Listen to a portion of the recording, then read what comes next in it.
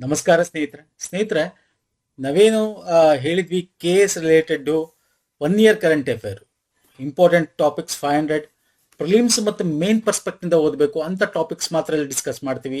Last time exam ಅಲ್ಲಿ ತುಂಬಾ ಜನ ಸಕ್ಸಸ್ ಕಂಡಿದ್ದೀರಾ ಪ್ರಿಲಿಮ್ಸ್ ಅಲ್ಲಿ, ಹಾಗಾಗಿ this is very important. Okay, ಇದ್ರ PDF ಕೂಡ ರೆಡಿ ಇದೆ. ಬಟ್ ಏನಾಗುತ್ತೆ, 2026 ನಿಮ್ಗೆ ಎಕ್ಸಾಮ್ ಪ್ರಿಲಿಮ್ಸ್ ಆಗೋ ತನಕ ಇನ್ನೂ 3-4 ತಿಂಗಳು ಟೈಮ್ ಇದೆಯಲ್ಲ, ಅದನ್ನು ಸೇರಿಸಬೇಕಾಗತ್ತೆ ಇದಕ್ಕೆ ನಾವು. ಹಂಗಾಗಿ ವಿಲ್ ಗಿವ್ PDF ಆಫ್ಟರ್ ಏನೋ 1 ಮಂತ್ ಆದ್ಮೇಲೆ ನಾವು ನಿಮಗೆ ಎಲ್ಲನೂ ರೆಡಿ ಮಾಡಿ 1 or 2 months ಆದ್ಮೇಲೆ ಕೊಡ್ತೀವಿ PDF ನ. ಓಕೆ, ಸೊ ಇಲ್ಲಿ ಎಲ್ಲಾ ಒಂದು ಟಾಪಿಕ್ಸ್ ಇದರಲ್ಲಿ ಡಿಸ್ಕಸ್ ಮಾಡ್ತೀವಿ. ಇವತ್ತು ವಿಡಿಯೋ ನಂಬರ್ 1.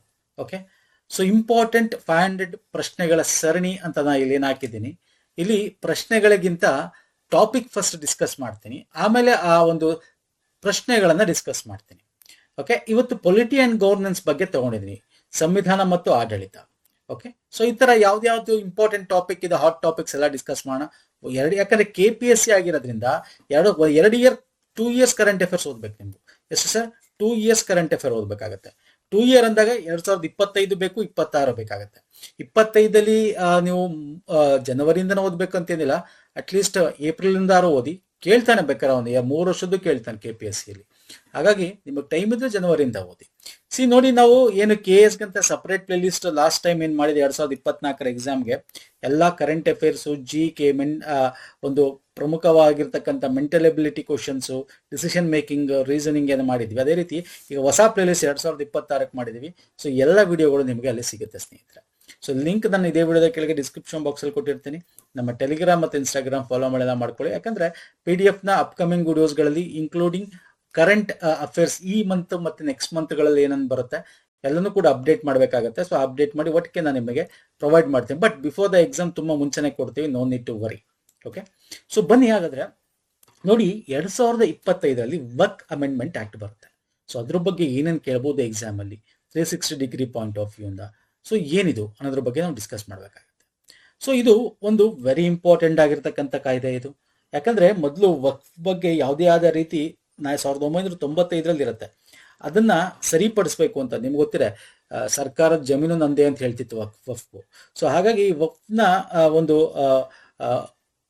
ಸ್ಟ್ಯಾಂಡರ್ಡೈಸ್ಡ್ ಒಂದು ಫ್ರೇಮ್ ವರ್ಕ್ ಅಲ್ಲಿ ತರಬೇಕು ಅಂತ ಹೇಳಿ ತಂದಿರತಕ್ಕಂತ ಒಂದು ಇಂಪಾರ್ಟೆಂಟ್. ನೋಡಿ, ಇದನ್ನ ಎಕ್ಸಾಮ್ ಅಲ್ಲಿ ನಿಮ್ಗೆ ಹೆಂಗ್ ಕೇಳ್ತಾನೆ ಗೊತ್ತಾ? ಸಿಂಪಲ್, ಇದ್ರ ಕಾಯ್ದೆ ಹೆಸರೇನು ಅಂತ ಬೇಕಾದ್ರೂ ಕೇಳಬಹುದು. ಏಕೀಕೃತ ವಕ್ಫ್ ನಿರ್ವಹಣೆ ಸಬಲೀಕರಣ ದಕ್ಷತೆ ಅಭಿವೃದ್ಧಿ ಕಾಯ್ದೆ ಅಂತ ಕರಿತೀವಿ. ಇಂಗ್ಲಿಷ್ ಅಲ್ಲಿ ಅಂತ ಕರಿತೀವಿ, ಇಂಗ್ಲಿಷ್ ಅಲ್ಲಿ ನಿಮ್ಗೆ ಯೂನಿಫೈಡ್. ಓಕೆ, ಸುಮ್ಮನೆ ಒಂದೊಂದು ಅಕ್ಷರ ಬರುತ್ತೇನೆ, ಯಾಕೆ ಅಂತ ಹೇಳ್ತೇನೆ.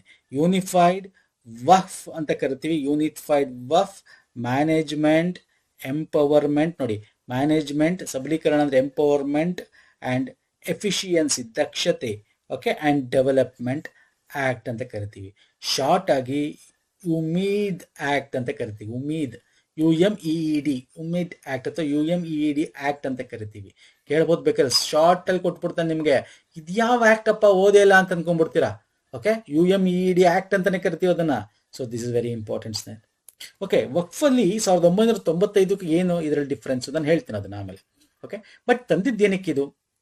ಒಂದು ಸುಧಾರಣೆ ಇರಬೇಕು, ಆಸ್ತಿಗಳಲ್ಲಿ ಕರೆಕ್ಟ್ ಆಗಿರಬೇಕು, ಅದಕ್ಕೊಂದು ಲೀಗಲ್ ಫ್ರೇಮ್ ವರ್ಕ್ ಕೊಡ್ಬೇಕು. ಯಾಕಂದ್ರೆ ಅವ್ರು ಘೋಷಣೆ ಮಾಡಿದ್ದೆ ಅವ್ರು ತುಂಬಾ ವರ್ಷದಿಂದ ಯೂಸ್ ಮಾಡ್ತಾರೆ, ನಂದೇ ಇದು ಇದಕ್ಕೆ ಸೇರೋದು ಅಂದ್ರೆ ಅದಕ್ಕೆ ಸೇರ್ತಾ ಇತ್ತು.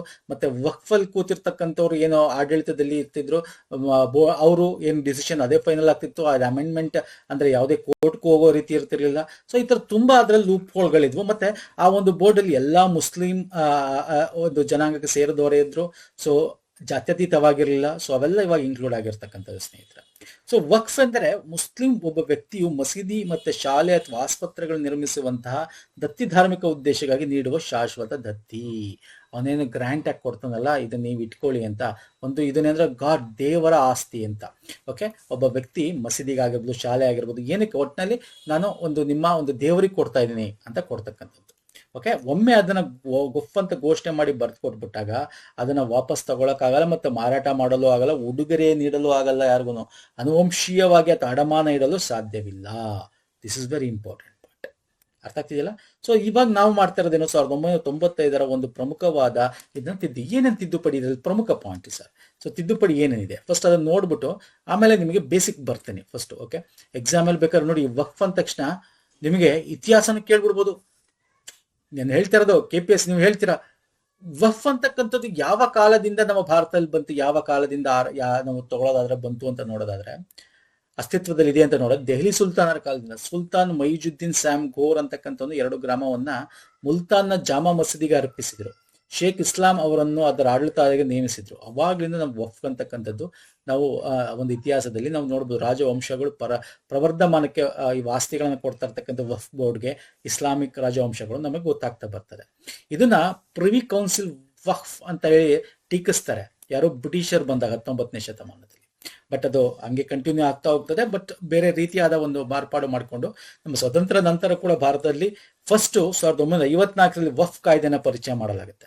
ಓಕೆ, ಒಂದು ಶಾಸನಾತ್ಮಕ ಕೊಡಬೇಕಲ್ಲ, ಒಂದು ಆಕ್ಟ್ ನ ಮುಖಾಂತರ ಪರಿಚಯ ಮಾಡಲಾಗುತ್ತೆ. ಅದರಲ್ಲಿ ವಿವಿಧ ರಾಜ್ಯ ಮಂಡಳಿಗಳ ಸ್ಥಾಪನೆ ಮಾಡಬಹುದು ವಫ್ ಒಂದು ಇದನ್ನ, ಮತ್ತೆ ಅದನ್ನ ಮೇಲ್ವಿಚಾರಣೆ ಮಾಡಕ್ಕೆ ಸೆಂಟ್ರಲ್ ಒಂದು ಕೇಂದ್ರ ವಫ್ ಮಂಡಳಿ ಇರಬೇಕು ಅನ್ನೋದು 1964ರಲ್ಲಿ ಒಂದು ಇದನ್ನ ಅಮೆಂಡ್ಮೆಂಟ್ ಮಾಡಿ ತರ್ತಾರೆ. ಸೊ ಇದು ನಮ್ಮ ಇತಿಹಾಸ ನೋಡಕ್ ಹೋದ್ರೆ ಇದು 1995 ವೆರಿ ಇಂಪಾರ್ಟೆಂಟು. ಇದು ಒಂದು ಅದಕ್ಕೆ ಶಾಸನಾತ್ಮಕ ಸ್ಥಾನ ಮಾಡಿ ಒಂದು ರೀತಿಯಾದ ದುರುಪಯೋಗ ಆಗದ ಇರಲಿ, ತನ್ನ ಆಸ್ತಿಯನ್ನು ತಾನೇ ಅನುಭವಿಸ್ಲಿ, ಮತ್ತೆ ತಾನೇ ಅತ್ಯುತ್ತಮ ಅಧಿಕಾರ ಹೊಂದಿರತಕ್ಕಂಥದ್ದು ಅಂತ ಹೇಳ್ತಕ್ಕಂಥ ಕಾಯ್ದೆ. ಅವನ್ನೆಲ್ಲ ಇವಾಗ ತೆಗ್ದಾಕಿದ್ದಾರೆ, ಹೇಳ್ತೀನಿ ಏನೇನು ಅಂತ. ಸೊ ನಿಮ್ಗೆ ಅದನ್ನ ಎಕ್ಸಾಮ್ ಅಲ್ಲಿ ಕೇಳ್ತಾರೆ.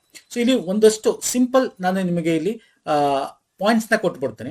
ಈ ಪಾಯಿಂಟ್ಸ್ ಗಳಿಂದ ಎಕ್ಸಾಮ್ ಅಲ್ಲಿ ಬರ್ತಕ್ಕಂಥ ಚಾನ್ಸಸ್ ಇರುತ್ತೆ. ನೋಡಿ, ಇದನ್ನ ಮೇನ್ಸ್ ಪರ್ಸ್ಪೆಕ್ಟಿವ್ ಕೂಡ ಇಂಪಾರ್ಟೆಂಟ್. ನೀವು ಹೆಂಗ್ ಬರೀತೀರಾ ಮೇನ್ಸ್ ಪರ್ಸ್ಪೆಕ್ಟಿವ್ ಈಗಲೇ ಡಿಸ್ಕಸ್ ಮಾಡಕ್ ಹೋಗಲ್ಲ ನಾನು. ಪ್ರಿಲಿಮ್ಸ್ ಫಸ್ಟ್ ಪಾಸ್ ಆಗ್ಬೇಕಲ್ವಾ ನೀವು. ಸೊ ಬಟ್ ಮೇನ್ಸ್ ಪರ್ಸ್ಪೆಕ್ಟಿವ್ ಇಂದ ಏನೇನ್ ಕೇಳಬಹುದು, ಏನೇನ್ ನೀವು ಸ್ಟಡಿ ಮಾಡ್ಬೇಕು ಅಂತ ಕೂಡ ಹೇಳ್ತಾ ಇರ್ತೇನೆ. ಅದಕ್ಕೆ ದಿಸ್ ಇಸ್ ಅ ಕಂಪರೆನ್ಸಿವ್ ಒಂದು ನಿಮಗೆ ಪ್ರಚಲಿತ ಅಂದ್ರೆ ಕರೆಂಟ್ ಅಫೇರ್ ಒಂದು ವಿಡಿಯೋ ಸರಣಿ ಸ್ನೇಹಿತರೆ. ಈಗ ಮೇನ್ಸ್ ಪರ್ಸ್ಪೆಕ್ಟಿವ್ ಇಂದ ನಿಮ್ಗೆ ಏನ್ ಕೇಳ್ತಾನೆ, ಓಕೆ, ಏನ್ ಕೇಳ್ತಾನೆ, ವಕ್ಫ್ ಬಗ್ಗೆ ಡೈರೆಕ್ಟ್ ಆಗಿ ಕೇಳಬಹುದು. ಆಕ್ಟ್ ಬಗ್ಗೆ ಡೈರೆಕ್ಟ್ ಆಗಿ ಅದನ್ನ ಅನಲೈಸ್ ಮಾಡಿ ಅದರ ಒಂದು ಸರಿ ತಪ್ಪುಗಳನ್ನ ಹೇಳಿ ಅಂತ ಕೇಳ್ಬೋದು. ಅಥವಾ ಇದನ್ನ ನೀವು ಬೇರೆ ಬೇರೆ ಕಡೆ ನೀವು ಯುಟಿಲೈಸ್ ಮಾಡ್ಕೊಳ್ಳಬಹುದು. ಜಾತ್ಯತೀತವಾಗಿ ಯುಟಿಲೈಸ್ ಮಾಡ್ಕೋಬಹುದು, ಮತ್ತೆ ಆಡಳಿತದಲ್ಲಿ ನೀವು ಯುಟಿಲೈಸ್ ಮಾಡ್ಕೋಬಹುದು. ಓಕೆ, ಇದನ್ನೆಲ್ಲ ಮುಂದೆ ಡಿಸ್ಕಸ್ ಮಾಡೋಣ. ಈಗ ಅದನ್ನೇ ತುಂಬಾ ಡಿಸ್ಕಸ್ ಮಾಡ್ತಾ ಹೋಗಿದ್ರೆ ಲೆಂತ್ ಆಗುತ್ತೆ. ಓಕೆ, ಇಲ್ಲ ಏನಿದೆ ಅಂದ್ರೆ ಹಿಂದೆ ನಾನು ಈಗ ಏನೇನು ನ್ಯೂನತೆ ಅಂತ ಇತ್ತು, ಸೊ ಅದನ್ನೆಲ್ಲ ಇದ್ರಲ್ಲಿ ತೆಗಿಬೇಕು. ಒಂದು ತೆಗೆದಿದ್ದಾರೆ. ಮತ್ತೆ ನವೀಕರಿಸಿದ ಜೊತೆಗೆ ನೋಂದಣಿಯನ್ನ ಮಾಡ್ತಕ್ಕಂಥದ್ದೇನಿದೆ ಅದನ್ನ ಮಾಡೋದು. ಮತ್ತೆ ದಾಖಲೆಗಳು ಮೊದಲು ರಿಜಿಸ್ಟರ್ ಇಟ್ಕೊಂಡು ಮಾಡ್ತಿದ್ರು. ಈಗ ಅದನ್ನ ಡಿಜಿಟಲೈಸ್ ದಾಖಲೆ ಮಾಡಿ ಅದಕ್ಕೊಂದು ಫ್ರೇಮ್ ವರ್ಕ್ ನ ತಂದು ಎಲ್ಲ ಒಂದು ಟ್ರಾನ್ಸ್ಪರೆನ್ಸಿ ಇರಬೇಕಂತ ಮಾಡಿರ್ತಕ್ಕಂಥದ್ದಾಗಿರ್ಬೋದು. ಮತ್ತೆ ಸರ್ಕಾರದ ಆಸ್ತಿಗಳನ್ನು ವಕ್ಫ್ ಅಂತ ಮಾಡಿದ ತಕ್ಷಣ ಅದೇ ಫೈನಲ್ ಆಗ್ತಾ ಇತ್ತು. ಅದು ಆ ರೀತಿ ಆಗದೆ ಇರೋದನ್ನ ನಿಲ್ಲಿಸಲಾಗುತ್ತೆ ಈ ಕಾಯ್ದೆ ಮುಖಾಂತರ. ಮತ್ತೆ ಮಂಡಳಿಯಲ್ಲಿ 2 ಮುಸ್ಲಿಮೇತರ ಸದಸ್ಯರು ಇರಬೇಕು, ಬರೀ ಮುಸ್ಲಿಂನೇ ಇರಬಾರ್ದು. ಜೊತೆಗೆ ಅದರಲ್ಲಿ ಶಿಯಾನು ಇರಬೇಕು, ಸುನ್ನಿನೂ ಇರಬೇಕು, ಹಿಂದುಳಿದ ವರ್ಗದ ಮುಸ್ಲಿಮು ಕನಿಷ್ಠ ಒಬ್ಬರು ಇರಬೇಕು. ಮತ್ತೆ ಅಕಸ್ಮಾತ್ ಯಾವ ರಾಜ್ಯಗಳಲ್ಲಿ ಬೋಹ್ರಾ ಮತ್ತು ಅಗಾಖಾನಿ ಅಂತ ಸಮುದಾಯ ಮುಸ್ಲಿಂ ಅಡಿಯಲ್ಲಿ ಬರ್ತಾರೆ, ಅವರಿದ್ರೆ ಅವ್ರದೇ ಆದ ಸಪರೇಟ್ ವಕ್ಫ್ ಇರಬೇಕು. ಮತ್ತೆ 2 ಮುಸ್ಲಿಂ ಸದಸ್ಯರು ಮಹಿಳೆಯರಾಗಿರಬೇಕು. ಇವೆಲ್ಲ ಅಮೆಂಡ್ಮೆಂಟ್ ನ ಪ್ರಮುಖ ಪಾಯಿಂಟ್ಗಳು ಸ್ನೇಹಿತರೆ. ಅರ್ಥ ಆಗ್ತಿಲ್ಲ? ಇನ್ನೊಂದಿದೆ ಅಮೆಂಡ್ಮೆಂಟ್, ವೆರಿ ಇಂಪಾರ್ಟೆಂಟ್ ಪಾಯಿಂಟ್. ನಾನು ನಿಮ್ಗೆ ಅದನ್ನೇ ಹೇಳ್ತಾ ಇದ್ದೆ. ವಕ್ಫ್ ಅಂತಕ್ಕಂಥದ್ದೇನಿದೆ, ಅವ್ರೇನೋ ಯೂಸ್ ಮಾಡ್ತಾ ಇದ್ರಪ್ಪ, ಏನೋ ಒಂದಷ್ಟು ವರ್ಷದಿಂದ ಸುಮ್ಮನೆ ಬೇರೆಯವ್ರದ್ದು ಏನೋ ಅಲ್ಲೂ ಇದು ಮಾಡ್ತಾ ಇದ್ರು, ಅದನ್ನ ಈಗ ವಕ್ಫ್ ಅಂತ ಘೋಷಣೆ ಮಾಡಿದ ತಕ್ಷಣ ಆಗೋಗ್ತದೆ. ಹಂಗಲ್ಲ, ಬಳಕೆಯಿಂದ ವಕ್ಫ್ ಅನ್ನು ಸಂಪೂರ್ಣವಾಗಿ ರದ್ದುಗೊಳಿಸುತ್ತಾರೆ. ಅಂದ್ರೆ ನೀವು ಯೂಸ್ ಮಾಡ್ತಾ ಇದ್ದೀರಾ ಅಂತ ವಕ್ಫ್ ಅಂತ ಘೋಷಣೆ ಮಾಡ್ತಾ ಇದ್ರೆ ನಿಮ್ದು ಹಂಗಾಗಲ್ಲ, ಆಸ್ತಿ ಅತಿಕ್ರಮಣ ಆಗುತ್ತೆ. ಅದು ಏಕಪಕ್ಷೀಯವಾಗಿ ನೀವು ತಗೊಳಕ್ಕಾಗಲ್ಲ. ಅಂಥದನ್ನೆಲ್ಲ ನೀವು ಮಂಡಳಿಗೆ ಟ್ರಿಬ್ಯುನಲ್ ಮಾಡ್ತಾರೆ. ಒಂದು ಟ್ರಿಬ್ಯುನಲ್ ಮಂಡಳಿಯನ್ನು ಎಸ್ಟಾಬ್ಲಿಷ್ ಮಾಡ್ತಾರೆ. ಸೆಕ್ಷನ್ 40 1955 ಕಾಯ್ದೆಯಲ್ಲಿ ಇರುತ್ತೆ, ಅದನ್ನ ರದ್ದುಗೊಳಿಸ್ತಾರೆ. ಆ ಒಂದು ಕಾಯ್ದೆ ಏನ್ ಹೇಳುತ್ತೆ, ಬಳಕೆಯಿಂದ ವಕ್ಫ್ನ ತನ್ನಲ್ಲಿ ತಾನು ಸೇರಿಸ್ಕೋಬಹುದಾಗಿತ್ತು ಭೂಮಿಗಳನ್ನ ಅಂತಕ್ಕಂಥದ್ದು ತೆಗೆದು ಹಾಕ್ತಾರೆ. ನೋಡಿ, ಇದನ್ನೆಲ್ಲ ಬೇಕಾದ್ರೆ ಎಕ್ಸಾಂಪಲ್ ಕೇಳ್ಬೋದು ಈ ಸೆಕ್ಷನ್ಸ್ನೆಲ್ಲ. ಓಕೆ, ಸೊ ಹಾಗಾದ್ರೆ ಮೇನ್ ಏನೇನಿದೆ ಇದರಲ್ಲಿ, ಫಾರ್ಮೇಶನ್ ಆಫ್ ದ ವಕ್ಫ್, ಅದೇ ಬಳಕೆಯಿಂದ ವಕ್ಫ್ ತೆಗೆದಾಕತ್ತೆ. ಘೋಷಣೆ ಅಥವಾ ದತ್ತಿ ಮೂಲಕ ಮಾತ್ರ ನಿಮಗೆ ಕೊಟ್ರೆ ಅದನ್ನ ಮಾತ್ರ ನೀವು ವಕ್ಫ್ ಅಂತ ತಗೋಬೇಕಾಗತ್ತೆ. ಮತ್ತೆ ದತ್ತಿ ಯಾರು ಕೊಡ್ತಾರೆ, ಮುಸ್ಲಿಂ ಅವರೇ ಯೂಶಲಿ ಕೊಡೋದು, ಇಸ್ಲಾಂ ಧರ್ಮದವರು. ಅಂದ್ರೆ ಅವರು ಯಾರು ಆಗಿರ್ಬೇಕು, ಅಕಸ್ಮಾತ್ ಬೇರೆ ಕಡೆಯಿಂದ ಅವರು ಧರ್ಮ ಏನೋ ಅವರು ಚೇಂಜ್ ಮಾಡಿದ್ರು ಅಂತ ಇಟ್ಕೊಳ್ಳಿ, ಆಗ ಕನಿಷ್ಠ 5 ವರ್ಷ ಕಾಲ ಮುಸ್ಲಿಂ ಆಗಿರ್ಬೇಕು ಅವರು. ಅವಾಗ ಆ ಆಸ್ತಿಯನ್ನ ಅವ್ರು ಕೊಡಬೇಕಾಗುತ್ತೆ. 5 ವರ್ಷ ಹೊಂದಿರಬೇಕು, 5 ವರ್ಷ ಮುಸ್ಲಿಂ ಆಗಿರ್ಬೇಕು ಅಂತವ್ರು. ಮತ್ತೆ ವಫ್ ಅಲಾಲ್ ಔಲಾದ್ ಅಂತ ಮಹಿಳಾ ಉತ್ತರಾಧಿಕಾರಿಗಳ ಆನುವಂಶಿಕ ಹಕ್ಕನ್ನು ನಿರಾಕರಿಸುವಂತಿಲ್ಲ. ಈಗ ವಫ್ ಯಾವ್ದಾರೋ ಒಂದು ಕೊಟ್ಟಿರ್ತಾರೆ, ಬಿಲ್ಡಿಂಗ್ ಅಂತ ಇಟ್ಕೊಳ್ಳಿ. ಓಕೆ, ಅಲ್ಲಿಂದ ಒಂದಷ್ಟು ಇನ್ಕಮ್ ನ ಇವರಿಗೆ ದಾನ ಏನೋ ಆಸ್ತಿ ಕೊಟ್ಟಿರ್ತಾರೆ. ಇನ್ಕಮ್ಗಳನ್ನ ಕುಟುಂಬಕ್ಕೆ ಕೊಡ್ತಾ ಇರ್ತಾರಲ್ಲ, ಅಕಸ್ಮಾತ್ ಆ ಕುಟುಂಬದಲ್ಲಿ ಹೆಣ್ಣು ಮಕ್ಕಳಿದೆ ಅಂತಂದ್ರೆ ಅವ್ರನ್ನ ನಿರಾಕರಿಸುವಂತಿಲ್ಲ. ನೋಡಿ, ವಕ್ಫ್ ಅಲಾಲ್ ಔಲಾದ್ ಒಂದು ನಿರ್ದಿಷ್ಟ ರೀತಿಯ ವಕ್ಫ್ ಆಗಿದ್ದು, ದಾನ ಮಾಡಿದ ಆಸ್ತಿಯಿಂದ ಬರುವ ಆದಾಯವನ್ನು ಪ್ರಾಥಮಿಕವಾಗಿ ದಾನಿಗಳ ಕುಟುಂಬ ಅಥವಾ ವಂಶಸ್ಥರ ಪ್ರಯೋಜನಕ್ಕೆ ಮೀಸಲಿಡಲಾಗುತ್ತದೆ. ಅದನ್ನು ಮುಸ್ಲಿಂ ಕಾನೂನು ಅಡಿಯಲ್ಲಿ ಗುರುತಿಸಲಾಗಿದೆ. ಅಂದ್ರೆ ಅಲ್ಲಿ ಮಹಿಳೆಯರಿಗೂ ಆನುವಂಶಿಕವಾಗಿ ಕೊಡಬೇಕು ಅಂತ ಹೇಳಿ. ಓಕೆ, ಮತ್ತೆ ಗೌರ್ಮೆಂಟ್ ಪ್ರಾಪರ್ಟಿನ ವಫ್ ಅಂತಕ್ಕಂಥದ್ದನ್ನ ಈ ತರ ಕರೆಯೋದು ಯಾವುದಕ್ಕೆ ಕಾರಣಕ್ಕೂ ಇದರಲ್ಲಿ ಅನುವು ಮಾಡೋ ಕೊಡ್ತಾ ಇಲ್ಲ. ಮತ್ತೆ ಈ ಒಂದು ವಫ್ ಅಂತಕ್ಕಂಥದ್ದನ್ನ ಡಿಸೈಡ್ ಮಾಡೋದು ಯಾರು ಸರ್ ಅಂದ್ರೆ ಇವಾಗ ನೀವಲ್ಲ, ಯಾರು ಸರ್? ಕಲೆಕ್ಟರ್. ಯಾವ್ದಾದ್ರು ಈ ತರ ವಿವಾದ ಬಂದ್ರೆ ಅದನ್ನ ಡಿಸ್ಟ್ರಿಕ್ಟ್ ಕಲೆಕ್ಟರ್ ಅವರು ಪರಿಹರಿಸ್ತಾರೆ, ನೀವು ಅಲ್ಲ ಪರಿಹರಿಸ್ತಕ್ಕಂಥದ್ದು. ಓಕೆ, ಯಾವ್ದಾದ್ರು ಒಂದು ಲ್ಯಾಂಡ್ ಅಲ್ಲಿ ಯಾರ್ದು ಇದ್ರೆ ನೀವು ವಕ್ಫ್ ಅಂದ್ರೆ ಅವ್ರು ಅಲ್ಲ ಅಂತ ಬಂದ್ರೆ ಆಗ ಅದನ್ನ ಡಿಸ್ಟ್ರಿಕ್ಟ್ ಕಲೆಕ್ಟರ್ ಆಗುತ್ತೆ, ಅವರು ಅದನ್ನ ವರದಿ ರಾಜ್ಯ ಸರ್ಕಾರಕ್ಕೆ ಕಳಿಸ್ತಾರೆ. ಅಕಸ್ಮಾತ್ ಪವರ್ ಆಫ್ ಡಿಟರ್ಮಿನ್ ವಕ್ಫ್ ನೋಡಿ, ವಕ್ಫ್ ಮಂಡಳಿ ಹಿಂದೆ ವಕ್ಫ್ ಆಸ್ತಿಯನ್ನು ವಿಚಾರಿಸುವ ಮತ್ತು ನಿರ್ಧರಿಸುವ ಹಕ್ಕನ್ನು ಹೊಂದಿತ್ತು. ಈಗ ಅವರಲ್ಲ, ಈಗ ಯಾರು sir? Collector, district collector. Okay, ಅವರು ಸಮೀಕ್ಷೆ ಮಾಡ್ತಾರೆ, ಎಲ್ಲ ಮಾಡ್ತಾರೆ ಕಾನೂನು ಪ್ರಕಾರದಿಂದ. ಸೊ ಇದನ್ನ ವಕ್ಫ್ ಅನ್ನು ಸಮೀಕ್ಷೆ ಮಾಡಿ ಘೋಷಿಸುವ ಅಧಿಕಾರ, ಆದೇಶಿಸುವ ಅಧಿಕಾರ ಜಿಲ್ಲಾಧಿಕಾರಿಗೆ ನೀಡಿದ್ದಾರೆ.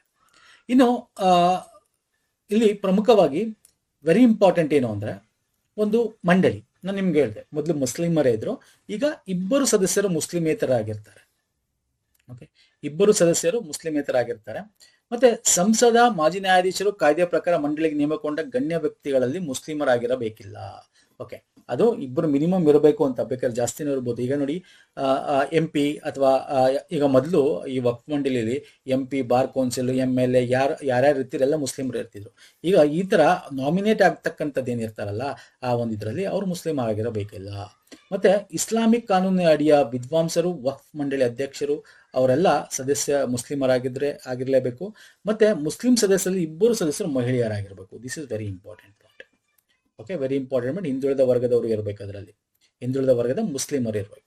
ಓಕೆ ಸರ್, ವಕ್ಫ್ ಬೋರ್ಡ್ ಅಲ್ಲಿ ನಾನು ಇಲ್ಲೇ ಕೊಟ್ಟು ನೋಡಿ, ಇಬ್ಬರು ಮುಸ್ಲಿಮೇತರ ಸದಸ್ಯರು ಇರ್ತಾರೆ. ಶಿಯಾ, ಸುನ್ನಿ, ಹಿಂದುಳಿದ ವರ್ಗದ ಮುಸ್ಲಿಮರಿಂದ ಕನಿಷ್ಠ ಒಬ್ರು ಇರ್ತಾರೆ. ಓಕೆ, ಕನಿಷ್ಠ ಒಬ್ರು. ಆಮೇಲೆ ಬೋಹ್ರಾ ಅಗಗಾನಿ ಸಮುದಾಯ ಇದ್ರೆ ಅವರು ಇರ್ತಾರೆ. ಇಬ್ಬರು ಮುಸ್ಲಿಂ ಸದಸ್ಯರು ಮಹಿಳೆಯರಾಗಿರ್ಬೇಕು. ಇದು ಆ ಮಂಡಳಿಯಲ್ಲಿ ಇರ್ತಕ್ಕಂಥದ್ದು.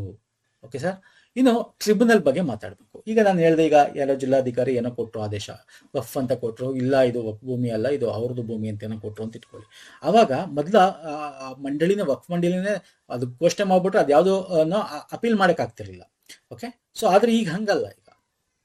ಈಗ ಈ ವಫ್ ಟ್ರಿಬ್ಯುನಲ್ ಏನ್ ಮಾಡಿದ್ದಾರಲ್ಲ, ಈ ವಫ್ ಟ್ರಿಬ್ಯುನಲ್ ಏನು ಹೋಗ್ತಿರಲ್ಲ, ಅದರ ಒಂದು ಅರೆ ನ್ಯಾಯಾಂಗ ಸಂಸ್ಥೆ ಆಗಿದೆ ಟ್ರಿಬ್ಯುನಲ್. ಅದರ ಪ್ರಸ್ತುತ ಅಧ್ಯಕ್ಷರು ಮಾಜಿ ಜಿಲ್ಲಾ ನ್ಯಾಯಾಲಯದ ನ್ಯಾಯಾಧೀಶರು ಯಾರು ಅಧ್ಯಕ್ಷರಾಗಿರ್ತಾರೆ. ಮತ್ತೆ ಸರ್ಕಾರದ ಪ್ರಸ್ತುತ ಮಾಜಿ ಜಂಟಿ ಕಾರ್ಯದರ್ಶಿಗಳು ಕೂಡ ಅಲ್ಲಿ ಇರ್ತಾರೆ ಅವರು. ಸೊ ಈ ಕಾಯ್ದೆ ಏನ್ ಕೊಡುತ್ತೆ, ಈ ಒಂದು ಟ್ರಿಬ್ಯುನಲ್ ಏನ್ ಡಿಸೈಡ್ ಆಗುತ್ತೆ, ಆ ಟ್ರಿಬ್ಯುನಲ್ ಇಂದ ಬಂದ ತೀರ್ಪನ್ನು ಅಮೆಂಡು ಕೂಡ ಮಾಡ್ಬೋದು. ಓಕೆ, ನೀವು ಅಮೆಂಡ್ ಮಾಡ್ಕೊಂಡು ಹೈಕೋರ್ಟ್ಗೆ 90 ದಿನಗಳಲ್ಲಿ ಕೂಡ ಹೋಗ್ಬೋದು.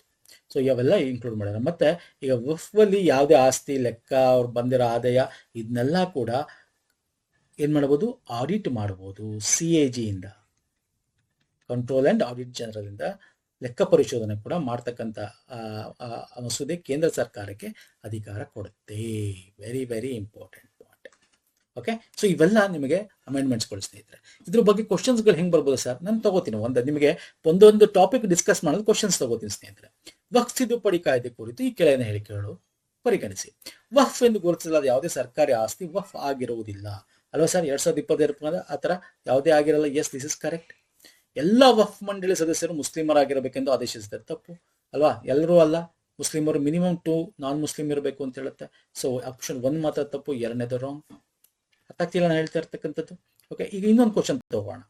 ವಕ್ಫ್ ಮಂಡಳಿ ಮತ್ತು ವಕ್ಫ್ ಆಸ್ತಿಗಳಿಗೆ ಸಂಬಂಧಿಸಿದಂತೆ ಈ ಕೆಳಗಿನ ಹೇಳಿಕೆಯನ್ನು ಪರಿಗಣಿಸಿ. ವಕ್ಫ್ ಮಂಡಳಿಯನ್ನು ರಾಜ್ಯ ಸರ್ಕಾರಗಳು ವಕ್ಫ್ ಆಸ್ತಿಗಳನ್ನು 1995ರ ವಕ್ಫ್ ಕಾಯ್ದೆಯಲ್ಲಿ ನೋಂದಾಯಿಸಲು ನಿರ್ವಹಿಸಲು ಸ್ಥಾಪಿಸಿವೆ. ಒಂದು ಆಸ್ತಿಯನ್ನು ವಕ್ಫ್ ಎಂದು ಘೋಷಿಸಿದ ನಂತರ ಅದನ್ನು ಮಾರಾಟ ಮಾಡಲು, ಉಡುಗೊರೆಯಾಗಿ ನೀಡಲು, ಅನುವಂಶಕ್ಕೆ ಪಡೆದು ಅಡಮಾನ ಇಡಲು ಸಾಧ್ಯವಿಲ್ಲ. ಯಾವ್ದು ಕರೆಕ್ಟು? ಎಸ್, ಯಾವ್ದು ಕರೆಕ್ಟು? 2 ಕರೆಕ್ಟು ಅಲ್ಲ ಸರ್? 1995ರಲ್ಲಿ ತಾನೇ ಬಂದಿದ್ದು ಅದು ಸ್ಟೇಟ್ ಗೌರ್ಮೆಂಟ್ ರಿಜಿಸ್ಟರ್ ಅಂತ ಹೇಳಿ. ಓಕೆ, ವಕ್ಫ್ ಅಂದ್ರೆ ಒಂದು ಸ್ಟೇಟ್ ಅಲ್ಲಿ ರಾಜ್ಯದ ವಕ್ಫ್ ಮಂಡಳಿಯನ್ನ ಮಾಡ್ತಕ್ಕಂಥದ್ದು. So 2 option correct. Okay sir, next ಬಂದ್ಬಿಡ್ತಾರೆ.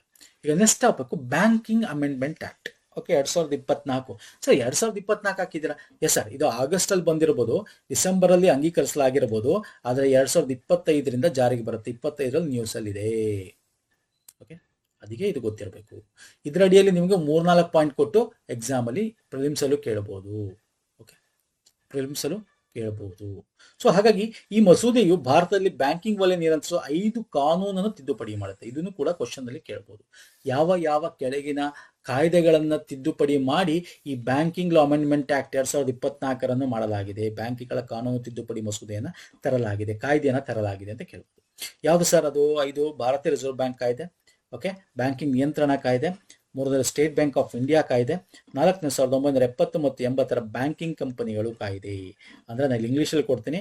Banking companies act acquisition and transfer, banking companies act 1970 acquisition and transfer of undertaking ಅಂತ ಹೇಳಿ, state bank of India act, banking regulation act, reserve bank of India. ಈ 5 ಆಕ್ಟ್ಸ್ಗಳಲ್ಲಿ ಒಟ್ಟಿಗೆ ಸೇರಿಸಿ modify ಮಾಡಿ ತಂದಿರತಕ್ಕಂಥ ಒಂದು ಇದು. Okay, ಇದರಲ್ಲಿರ್ತಕ್ಕಂಥ amend ಮಾಡಿದ್ದಾರೆ. ಏನ್ ಸರ್ ಅಮೆಂಡ್ಮೆಂಟು? ಪ್ರಮುಖ ಪಾಯಿಂಟ್ಸ್ಗಳೇನು? ಎಕ್ಸಾಮಲ್ಲಿ ಕೇಳ್ತಕ್ಕಂಥದ್ದೇನು? ಸೊ ಅಂತರ ನೋಡೋದಾದ್ರೆ ವೆರಿ ಇಂಪಾರ್ಟೆಂಟ್ ಪಾಯಿಂಟ್ 2025 ಚಾಲ್ತಿ ಆಗಿದೆ, ನಿಮ್ಗೆ ಗೊತ್ತಿರಬೇಕು ಅದು ಅಲ್ವಾ, ಫೈನಾನ್ಷಿಯಲ್ ಇಯರ್ ಇಂದ. ಯಾವುದೇ ಒಂದು ಡೆಪಾಸಿಟ್ಸ್ ಇರಲಿ, ಯಾವುದೇ ಒಂದು ನೀವು ಶೇರ್ ಮಾರ್ಕೆಟ್ ಏನೋ ಒಂದು ಅಥವಾ ಬ್ಯಾಂಕಲ್ಲಿ ಇರಲಿ, ನಿಮಗೆ ನಾಮಿನಿ ಅಂತಕ್ಕಂಥದ್ದು ಏನಿದೆ, ನೀವು ನಂತರ ನೀವು ಇಲ್ಲ ಅಂದ್ರೆ ಯಾರಿಗೆ ಹೋಗ್ಬೇಕು, ಯಾರು ತಗೋಬಹುದು ಅಂತ ಒಬ್ಬರನ್ನು ಕೊಡ್ತಾ ಇದ್ದೀವಿ. ಈಗ 4 ಜನನ ಅವಕಾಶ ಕಲ್ಪಿಸಿರ್ತಕ್ಕಂಥದ್ದು. ಈಗ ಒಬ್ಬ ನಾಮಿನಿ ಮಾತ್ರ ಐತಿ, 4 ಜನ ಕಳಿಸಿದ್ದಾರೆ. ಮತ್ತೆ 15 ದಿನ ಎಂಬ ನವೀಕರಿಸಿದ ವ್ಯಾಖ್ಯಾನ.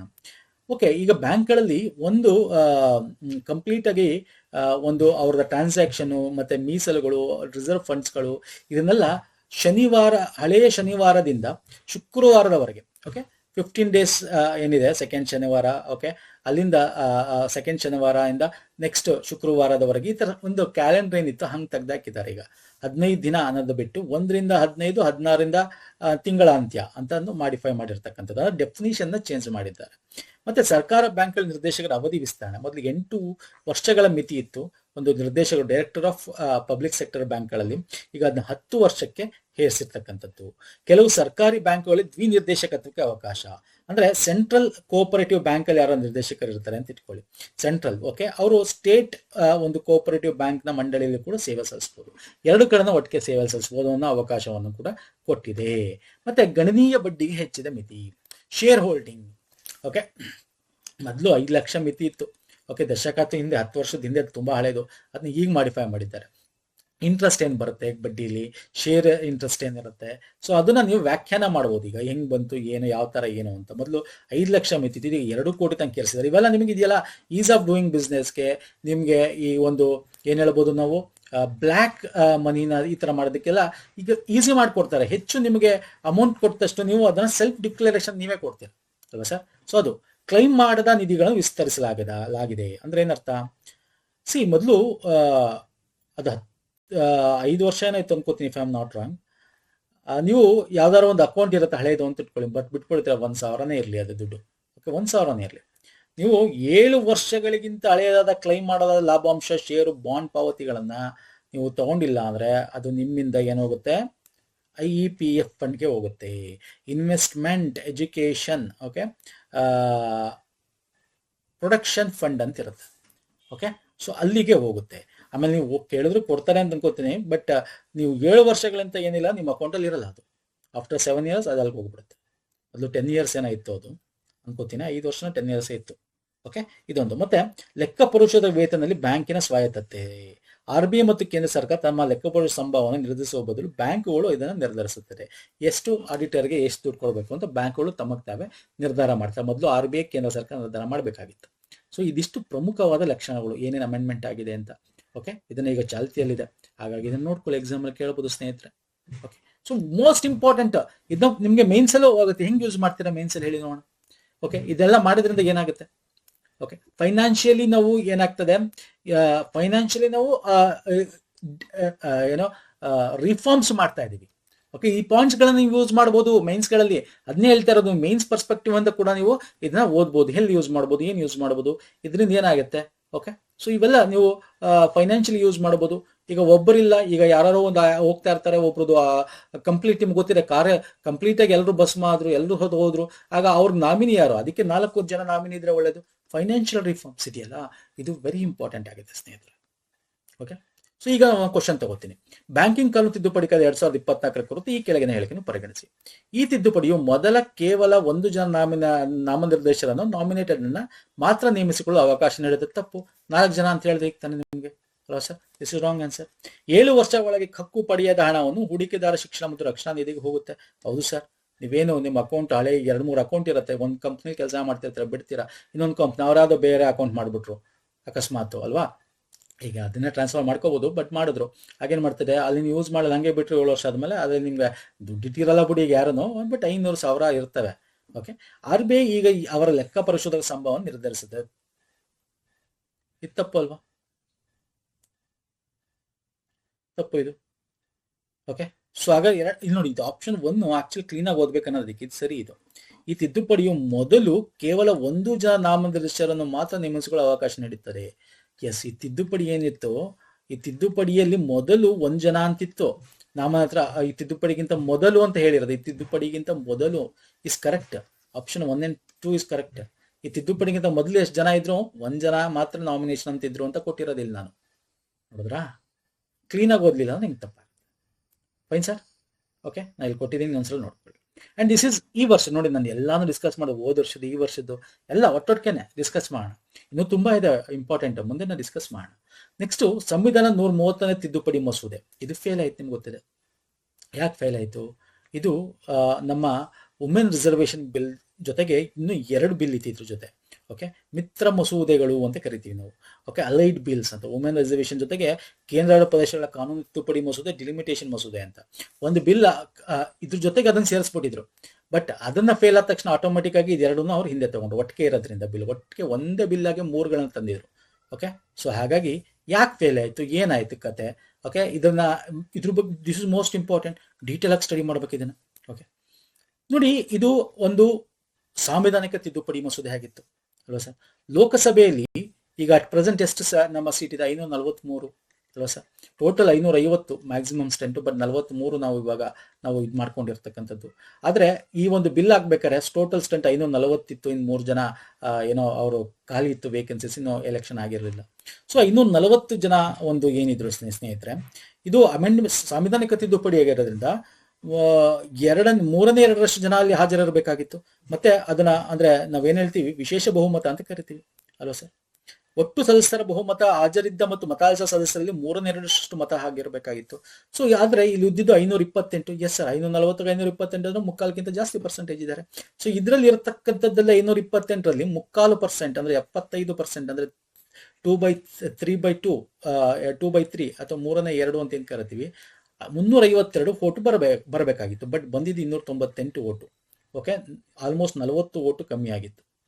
ಓಕೆ, ಇಲ್ಲಿ ಎಷ್ಟಿದೆ ಸರ್? 230 ಅಂದ್ರೆ 58 ವೋಟು ಕಮ್ಮಿ ಆಗಿತ್ತು. ಹಾಗಾಗಿ ಈ ಬಿಲ್ ಫೇಲ್ ಆಯ್ತು ಅಲ್ವಾ ಸರ್? ಈ ಬಿಲ್ ಬಗ್ಗೆ ಮಾತಾಡೋದಾದ್ರೆ ಸ್ನೇಹಿತರೆ, ಫಸ್ಟ್ ಹೇಳ್ತೇನೆ, ಇದು 2023 ಹೋಗ್ಬೇಕು. ನಾವು ನಾರಿ ಶಕ್ತಿ ವಂದನ ಅಧಿನಿಯಮ ಅಂತ ತಂದಿದ್ವಿ ಅಲ್ವಾ ಸರ್? 32% ರಿಸರ್ವೇಶನ್ ಕೊಡಬೇಕು ಅಂತ ಮಹಿಳೆಯರಿಗೆ ತಂದಿದ್ವಿ. ಈ ರಿಸರ್ವೇಶನ್ ಕೊಡಬೇಕು ಅಂತ ಮಹಿಳೆಯರಿಗೆ ಏನ್ ನಾವು ತಂದಿದ್ವಿ, ಅಲ್ಲಿ ಪ್ರಮುಖವಾಗಿ ನೋಡೋದಾದ್ರೆ ಏನೇನ್ ತಂದಿದ್ವಿ? ಓಕೆ, ಏನೇನ್ ತಂದಿದ್ವಿ? ಯಾವ್ದ್ಯಾವ್ದು ಗೊತ್ತಾ ನಿಮ್ಗೆ? ಹೇಳ್ಬೇಕು ಫಟಾಫಟ್ ಅಂತ. ಯಾವ ಒಂದು ಕಾಯ್ದೆಗಳು ಅಲ್ಲಿ ಅಮೆಂಡ್ಮೆಂಟ್ ಮಾಡಿದ್ರು ಆರ್ಟಿಕಲ್ ಗೊತ್ತಿರಬೇಕು. 330A, 332A, 239AA. 330A ಏನು ಸರ್? ಏನು ಹೇಳಿ? ಲೋಕಸಭಾ ಎಲೆಕ್ಷನ್ MP-ಲಿ 33%, 1/3 ಆಫ್ ದ ರಿಸರ್ವೇಶನ್ ಮಹಿಳೆಯರಿಗೆ. 332A ಯಾವ್ದಕ್ಕೆ ಸರ್? ಸ್ಟೇಟ್ ಎಲೆಕ್ಷನ್, MLA, ಇದು MP. 239A ಇದು ನಮ್ಮ ಯೂನಿಯನ್ ಟೆರಿಟರಿ ಅಂದ್ರೆ ಡೆಲ್ಲಿ, ಅದನ್ನ ಅಮೆಂಡ್ ಮಾಡಬೇಕು ಅಂತ ತಂದಿದ್ರು ಅಲ್ವಾ ಸರ್? ಬಟ್ ಇದು ಯಾವಾಗ ಅಂತಕ್ಕಂಥದ್ದಂದ್ರೆ ಆಫ್ಟರ್ 2026 ನಂತರ 2027 ಏನು ನಮಗೆ ಜನಗಣತಿ ಆಗುತ್ತೆ, ಅದಾದ್ಮೇಲೆ ಡಿಲಿಮಿಟೇಷನ್ ಕಮಿಷನ್ ಅಂತ ಮಾಡ್ತಾರೆ, ಅಂದ್ರೆ ಕ್ಷೇತ್ರ ಪುನರ್ವಿಂಗಡಣೆ ಮಾಡ್ತಾರೆ.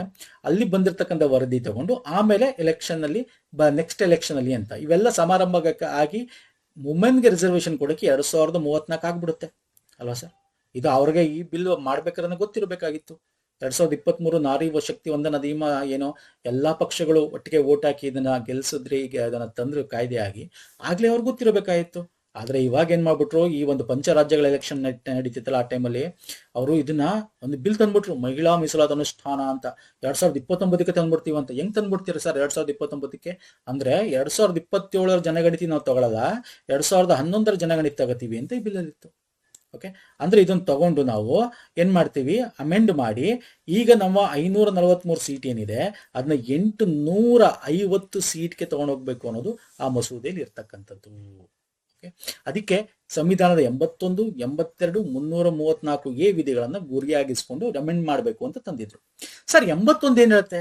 81 ಏನ್ ಹೇಳುತ್ತೆ ಅಂತಂದ್ರೆ ನಿಮ್ಗೆ ನಂಬರ್ ಆಫ್ ಸೀಟ್ಸ್ ಇನ್ ಲೋಕಸಭಾ ನೀವು ಹೆಚ್ಚಿಗೆ ಮಾಡೋದ್ರ ಬಗ್ಗೆ ಹೇಳುತ್ತೆ. ಓಕೆ, ಈಗೇನು 543 ಅದು ಹೆಚ್ಚಿಗೆ ಮಾಡೋದ್ರ ಬಗ್ಗೆ, ಆಗ ಇದನ್ನ ಅಮೆಂಡ್ ಮಾಡಬೇಕು. 82 ಏನ್ ಹೇಳುತ್ತೆ? ಆಫ್ಟರ್ ಸೆನ್ಸಸ್ ಆದ್ಮೇಲೆ ನೀವು ನಂಬರ್ ಆಫ್ ಸೀಟ್ಸ್ನ ಎಲ್ಲ ಜಾಸ್ತಿ ಮಾಡಕ್ಕೆ ಏನ್ ಮಾಡ್ಬೇಕು ಅನ್ನೋದ್ರ ಬಗ್ಗೆ ಹೇಳುತ್ತೆ. ಸರ್ 334 ವಿಧಿ ಏನ್ ಹೇಳುತ್ತೆ ಹೇಳ್ತೀರಾ? ಯಾರು 334 ವಿಧಿ ಏನ್ ಹೇಳುತ್ತೆ ಅಂತ? ಎಸ್, ಎಲ್ಲ ನಾನು ಹೇಳ್ಬಾರ್ದು, ನೀವು ಕಮೆಂಟ್ ಮಾಡ್ಬೇಕು ಸ್ನೇಹಿತರೆ. 334 ಏನು ಕಮೆಂಟ್ ಮಾಡ್ತೀರಾ? ಎಸ್, ಏನ್ ಹೇಳುತ್ತೆ 334 ಕಮೆಂಟ್ ಮಾಡಿ ನೋಡೋಣ. ಸೂಪರ್ ಆಗಿದೆ, ಕಮೆಂಟ್ ಮಾಡಿ. ಇಲ್ಲೇ ಕೊಟ್ಟಿದ್ದೀನಿ ನೋಡಿ. ಹೇಳಿ, ಆದ್ಯಾಗೂ ಅದನ್ನು ನಿಜವಾನುಷ್ಠಾನ ಮುಂದೂಡಲು, ಏಕೆಂದ್ರೆ 334 ವಿಧಿಯು ಜನಗಣತಿಯ ನಂತರ ಅಂದ್ರೆ 2027 ಏನಿತ್ತಲ್ಲ ಅದು ಬೇಡ, ಅಂದ್ರೆ ಡಿಲಿಮಿಟೇಷನ್ ಆದ್ಮೇಲೆ ಏನ್ ಮಾಡ್ಬೇಕು ಅಂತಿದ್ವಲ್ಲ ಅದು ಬೇಡ. ಈಗ ಯಾವಾಗ ಅಂತಂದ್ರೆ ಮಹಿಳಾ ಮೀಸಲಾತಿನ ನಾವು ಮುಂಚೆನೆ ಈ ಒಂದು 2011 ತಗೊಂಡು ಅಮೆಂಡ್ ಮಾಡಬೇಕು ಅನ್ನೋದು ಈ ಮಸೂದಲ್ಲಿತ್ತು. ಜೊತೆಗೆ 543 850 ಏರಿಸಬೇಕು ಅಂತ ಮೇನ್ ಇಂಟೆನ್ಷನ್ ಇದೆ. ಈ ಮಸೂದೆಯಲ್ಲಿ ಇರ್ತಕ್ಕಂಥ ವುಮೆನ್ ರಿಸರ್ವೇಶನ್ ತರಬೇಕು ಅಂತ ವಿರೋಧ ಪಕ್ಷದವರು ವಿರುದ್ಧವಾಗಿ ಓಟ್ ಹಾಕ್ಲಿಲ್ಲ. Okay, main intention 540 850. ಸರಿ, 543 850 ಯಾಕೆ ವಿರುದ್ಧವಾಗಿ ಓಟ್ ಹಾಕ್ಬೇಕು ಅಂದ್ರೆ, ಸೊ ಇಲ್ಲಿ ನೋಡಿ ಸ್ನೇಹಿತರ ಲಕ್ಷಣ ನಾನು ಹೇಳ್ತೀನಿ. ಇಲ್ಲಿ ಪ್ರಮುಖವಾಗಿ ನೋಡೋದಾದ್ರೆ ನಾವು ಈಗ ಏನೇನು ಡಿಸ್ಕಸ್ ಮಾಡಿದ್ ನೋಡಿ, ಇದೆಲ್ಲ ಸೀಮಾ ನಿರ್ಣಯ ನಂತರ ಮಹಿಳೆಗೆ 1-3 ಮೀಸಲಾತಿ ತಕ್ಷಣ ಜಾರಿಗೆ ಬರಲು 334 ನೀಡಲಾಗಿತ್ತು. ಆದ್ರೆ ಇವಾಗ 2011 ಪ್ರಕಾರನೇ ಮಾಡಿ 2029ಕ್ಕೆ ನಾವು ವುಮೆನ್ ರಿಸರ್ವೇಶನ್ 33% ಕೊಡಬೇಕು ಅನ್ನೋದು ಹೇಳ್ತಕ್ಕಂಥದ್ದು 334 ತಿದ್ದುಪಡಿ ಮಾಡಬೇಕು ಅಂತ ಅನ್ಕೊಂಡಿದ್ರು. ಬಟ್ ಇಲ್ಲಿ ಘೋಟಾಳನೇ ಬೇರೆ ಇತ್ತು. ಏನಿತ್ತು ಅಂದ್ರೆ ಡಿಲಿಮಿಟೇಷನ್ ಕಮಿಷನ್ ನ ಈಗಲೇ ಮಾಡ್ಬೋಣ ಅಂದ್ರೆ ಡಿಲಿಮಿಟೇಷನ್ ಕಮಿಷನ್ ಅಂದ್ರೇನು ಅದಕ್ಕೆ ಹಿಂದಕ್ಕೆ ಬರ್ತೀನಿ ನೋಡಿ. 1971 ಈಗ ಪ್ರೆಸೆಂಟ್ ನಮ್ಮ ಒಂದು ಭಾರತದಲ್ಲಿ 543 ಸೀಟ್ಸ್ ಏನ್ ಇದೆ ಸ್ನೇಹಿತರೆ. ಓಕೆ, 545 ಇತ್ತು, ಆಮೇಲೆ ಅದು ಆಂಗ್ಲೋ ಇಂಡಿಯನ್ ತೆಗ್ದಾಕದ್ವಿ. ಆ ಸೀಟ್ ಏನ್ ಇದೆಯಲ್ಲ ಇದು ಯಾವ ಒಂದು ಆಧಾರದ ಮೇಲೆ ಕೆಲಸ ಮಾಡ್ತಾ ಇದೆ ಗೊತ್ತಾ ನಿಮ್ಗೆ? ಹೇಳ್ತೀರಾ ಫಟಾಫಟ್ ಅಂತ ಹೇಳ್ತೀರಾ? ಯಾವ ಒಂದು ಆಧಾರದ ಮೇಲೆ ಕೆಲಸ ಮಾಡ್ತಾ ಇದೆ? 1971 ಸೆನ್ಸಸ್ ನ ಆಧಾರದ ಮೇಲೆ ನಮ್ಮ ಸೀಟ್ ಅಲೋಕೇಶನ್ ಆಗಿರೋದು. ಓಕೆ, ಆದ್ರೆ 2001 ಸೆನ್ಸಸ್ ಮೇಲೆ ಕಾನ್ಸ್ಟಿಟ್ಯೂಯನ್ಸಿಸ್ ಅಂದ್ರೆ ಈಗ ಫಾರ್ ಎಕ್ಸಾಂಪಲ್ ನೀವು ಧಾರವಾಡ ಸೆಂಟ್ರಲ್ ಅಂತೀರಾ, ಓಕೆ, ಬೆಂಗಳೂರು ಸೌತ್ ಅಂತೀರಾ, Bengaluru north constitution, Bengaluru central ಅಂತೀರಾ. ಓಕೆ, ಇನ್ನು ಈ ಕಡೆ ಬೇರೆ ರಾಜ್ಯದಲ್ಲಿ ಬಂದೆ ಮಂಡ್ಯ ಸಿಟಿ ಅಥವಾ ನೀವು ಮಂಗಳೂರದಾಗಿರ್ಬೋದು, ಅಥವಾ ನೀವು ಇದಕ್ಕೆ ಬಂದ್ರೆ ಮೈಸೂರಿಗೆ ಬಂದ್ರೆ ಚಾಮರಾಜ, ಕೃಷ್ಣರಾಜ ಅಂತೆಲ್ಲ ನಾವು ಡಿವೈಡ್ ಮಾಡ್ತೀವಿ. ಸೊ ಇವೆಲ್ಲ 2001 ಸೆನ್ಸಸ್ ಆಧಾರದ ಮೇಲೆ ಕಾನ್ಸ್ಟಿಟ್ಯೂಯನ್ಸಿನ ಎಲ್ಲಗಳನ್ನ ನಿರ್ಧರಿಸಿರೋದು. ಇದನ್ನ ಎಕ್ಸಾಂಪಲ್ ಕೇಳ್ತಾನೆ. ಇವೆಲ್ಲ ನಾ ಏನ್ ಪಾಯಿಂಟ್ ಹೇಳ್ತೇವೆ ಸುಮ್ನೆ ಹೇಳ್ತಾ ಇಲ್ಲ, ಸುಮ್ನೆ ಬರ್ಕೊಂಡ್ ಬಂದಿಲ್ಲ ಸ್ನೇಹಿತರೆ. ಇವೆಲ್ಲ ಪಾಯಿಂಟ್ KS ನಿಮ್ಮ ಆಮೇಲೆ ಇದೇನ್ ಹಿಂಗ್ ಕೇಳ್ದ ಅಂತ ಯೋಚನೆ ಮಾಡೋದಲ್ಲ. ಬಂದ್ಮೇಲೆ ಎಕ್ಸಾಮ್ ಲಾಸ್ಟ್ ಟೈಮ್ ಹಂಗೆ ಯೋಚನೆ ಮಾಡಿದ್ರಲ್ಲ 2024 ಹಂಗೆ ಯೋಚನೆ ಮಾಡಬಾರ್ದು. ಅದಕ್ಕೆ ಪ್ರತಿ ಒಂದು ಪಾಯಿಂಟ್ ನ detail prelims and mains perspective KSಗೆ ಅಂತ ತರ್ತಕ್ಕಂಥ ಕರೆಂಟ್ ಅಫೇರ್ ಇದು 360 ಡಿಗ್ರಿ ಪಾಯಿಂಟ್ ಆಫ್ ವ್ಯೂ ತರ್ತಕ್ಕಂಥ ಕರೆಂಟ್ ಸ್ನೇಹಿತರೆ. ಸೊ ಇದು ಒಂದು ಸೆನ್ಸಸ್ ಮೇಲೆ 543 ಸೀಟ್ ಇರೋದು. ಓಕೆ, ಅದನ್ನ ನಾವು ಈಗ 2011 ಸೆನ್ಸಸ್ ಮೇಲೆ 850 ಸೀಟ್ ಮಾಡಬೇಕು ಅನ್ಕೊಂಡಿರೋದು. ಓಕೆ, ಜನಗಣತಿ ಆಧಾರದ ಮೇಲೆ. ಕಾನ್ಸ್ಟಿಟ್ಯೂನ್ಸಿ ಇರೋದು 2001 ಸೆನ್ಸಸ್ ಮೇಲೆ. ಸೊ ಇದನ್ನ ನಾವು ಹಂಗಾರೆ ಇದುವರೆಗೂ ನಮ್ಗೆ ಹತ್ರ ಒಂದು ಡಿಲಿಮಿಟೇಷನ್ ಕಮಿಷನ್ ಎಷ್ಟು ಸಲ ಆಗಿತ್ತು ಎಕ್ಸಾಂಪಲ್ ಕೇಳ್ಬೋದು. ಹಿಂದೆ ಆಗಿತ್ತು 4 ಸಲ ಆಗಿತ್ತು. 1952 ಆಗಿತ್ತು, 63 ಆಗಿತ್ತು, 73 ಆಗಿತ್ತು, 2002 ಆಗಿತ್ತು. ಓಕೆ, 2002 2001 ಪ್ರಕಾರ ನಾವು ಮಾಡಿದೀವಲ್ಲ 2002 ಆಗಿತ್ತು. ಸೊ ಇದನ್ನೆಲ್ಲ ಮಾಡಬೇಕು ಅಂತ ಈ ಬಿಲ್ಲಲ್ಲಿ ಇತ್ತು. ಓಕೆ, ಬಟ್ ಈ ಬಿಲ್ಲಲ್ಲಿ ಇನ್ನೊಂದಿತ್ತು, ಈ ಒಂದು ಡಿಲಿಮಿಟೇಷನ್ ಕಮಿಷನ್ ಅಲ್ಲಿ ಯಾರ್ಯಾರು ಇರಬೇಕು ಅಂತ ಒಂದು ಆಯೋಗ ಮಾಡ್ಬೇಕು. 2026 ಒಂದು ಕಮಿಷನ್ ಮಾಡಬೇಕು, ಒಂದು ಕ್ಷೇತ್ರ ವಿಂಗಡಣೆ ಮಾಡಬೇಕು. 850 ಸೀಟ್ ಮಾಡಿಬಿಟ್ಟು ಕ್ಷೇತ್ರ ವಿಂಗಡಣೆ ಮಾಡಬೇಕು. ಅದರಲ್ಲಿ ಸರ್ವೋಚ್ಚ ನ್ಯಾಯಾಧೀಶರು ಸೇವೆ ಸಲ್ಲಿಸ್ತಾರೋ ಅಥವಾ ನಿವೃತ್ತಿಯರು ಅಧ್ಯಕ್ಷರಾಗಿರ್ಬೇಕು, ಪ್ರೆಸಿಡೆಂಟ್ ಆಗಿರ್ಬೇಕು, ಯಾರು ಸುಪ್ರೀಂ ಕೋರ್ಟ್ ನ ನ್ಯಾಯಾಧೀಶ ಅಥವಾ CJI, ಅಥವಾ ನಿವೃತ್ತ ಆಗಿರ್ತಕ್ಕಂಥವ್ರು ಆಗಿರ್ಬೋದು, ಮತ್ತೆ ಮುಖ್ಯ ಚುನಾವಣಾ ಆಯುಕ್ತ ಮತ್ತೆ ರಾಜ್ಯ ಚುನಾವಣಾ ಆಯುಕ್ತರು ಅದರ ಸದಸ್ಯರಾಗಿರ್ತಾರೆ. ಮತ್ತೆ ಯಾವ ರಾಜ್ಯದಲ್ಲಿ ಮಾಡ್ತಿರ್ತಾರೆ ಅಲ್ಲಿ 10 ಜನ ಸದಸ್ಯರು ಕೂಡ ಇರ್ತಾರೆ, ಸಂಸದರು 5 ಜನ, ಶಾಸಕರು, ಈ ತರ ಅವ್ರಿಗೆ ಮತದಾನ ಹಾಕಿರ, ಇವರು 3 ಜನ ಮತದಾನ ಹಾಕಿರುತ್ತೆ. ಸೊ ಇವರು ಮಾಡ್ತಕ್ಕಂಥ ಒಂದು ಡೆಲಿಮಿನೇಷನ್ ಆಯೋಗ. ಮತ್ತೆ ಈ ಅಧ್ಯಕ್ಷ ನ್ಯಾಯಾಧೀಶರಾಗಿರೋದನ್ನ ಸುಪ್ರೀಂ ಕೋರ್ಟ್ ಇದನ್ನ ಯಾವುದೇ ಆದ ಕೋರ್ಟ್ ಅಲ್ಲಿ ಆಮೇಲೆ ನಾವು ಇವ್ರು ಕೊಡುವಂತ ತೀರ್ಪು ಫೈನಲ್ ಆಗಿರುತ್ತೆ. ಸೊ ಈ ತರ ನ್ಯಾಯಾಂಗ ವಿನಾಯಿತಿ ಇತ್ತು ಅದರಲ್ಲಿ. ಗೆಜೆಟ್ ನಲ್ಲಿ ಪ್ರಕಟ ಆದ್ಮೇಲೆ ಯಾವುದೇ ನ್ಯಾಯಾಲಯದಲ್ಲಿ ಪ್ರಶ್ನೆ ಮಾಡಲಾಗ್ತಿರಲಿಲ್ಲ. ಓಕೆ, ಸೊ ಇವೆಲ್ಲ ಇದ್ರಲ್ಲಿ ಇತ್ತು. ಕೇಳ್ಬೋದು ಬೇಕಾದ್ರೆ ಡೆಲಿಮಿನೇಷನ್ ಆಗೋದ್ ಬಗ್ಗೆ ಎಷ್ಟು ಜನ ಇತ್ತು, ಏನಿತ್ತು ಆ ಬಿಲ್ಲಲ್ಲಿ ಅಂತ ನಿಮ್ಗೆ ಎಕ್ಸಾಮ್ ಅಲ್ಲಿ. ಓಕೆ, ಬಟ್ ಯಾಕೆ ನಾನೀಗ ಎಲ್ಲ ಡೀಟೇಲ್ ಆಗಿ ಹೇಳ್ತಾ ಇದ್ದೀನಿ, ಏನೇನಿತ್ತು, ಏನೇನ್ ಮಾಡ್ಬೇಕು ಅಂತಿದ್ರು, ಯಾವ ಆರ್ಟಿಕಲ್ ಅಂತ ಹೇಳಿದೆ. ಬಟ್ ಇದನ್ನ ಯಾಕೆ 815 ಸದಸ್ಯರು ರಾಜ್ಯ, 35 ಸದಸ್ಯರು ಕೇಂದ್ರಾಡಳಿತ ಪ್ರದೇಶದಿಂದ ಬರ್ತಾ ಇದ್ರು ಎಂಪಿಗಳು. ಓಕೆ, ಇದನ್ನ ಯಾಕೆ ಡಿಸ್ಕಸ್ ಮಾಡಿದ್ದು? ಬಿಕಾಸ್ ಸದರ್ನ್ ಸ್ಟೇಟ್ಗೆ ಅನ್ಯಾಯ ಆಗ್ತಾ ಇದೆ ಅಂತ. ಯಾಕೆ ಅನ್ಯಾಯ ಆಗ್ತಾ ಇದೆ ನೋಡಿ. ಫಾರ್ ಎಕ್ಸಾಂಪಲ್ ತಮಿಳ್ನಾಡು 31 ಇರೋದು 11 ಆಗ್ತದೆ, HK 50 ಆಗುತ್ತೆ. ಓಕೆ, 2011 ಪ್ರಕಾರ. ಕರ್ನಾಟಕ 28 42 ಆಗುತ್ತೆ, 14 ರೈಸ್ ಆಗುತ್ತೆ. ಆದ್ರೂ -11 -12 ಅಂತ ಯಾಕಿದೆ ಇಲ್ಲಿ? ಯಾಕೆಂದ್ರೆ ಈಗ ಉತ್ತರ ಪ್ರದೇಶ ತಗೊಂಡ್ರೆ 80 ಇರೋದು 58 ಇನ್ಕ್ರೀಸ್ ಆಗುತ್ತೆ. ಇಲ್ಲಿ 50% ಗಿಂತ ಜಾಸ್ತಿ ಇನ್ಕ್ರೀಸ್ ಆಯ್ತು. ಬಟ್ ಇಲ್ಲಿ ನಮ್ದು ಕರ್ನಾಟಕ 50% ಆಗುತ್ತೆ, ಬಟ್ ಬೇರೆದ್ ಯಾವ್ದು ಆಗಲ್ಲ. ಇದು 52% ಆಯ್ತು. ಇಲ್ಲೂ ಅಷ್ಟೇ 40 ಇರೋದು 32 ಆಗ್ತಾ ಇದೆ.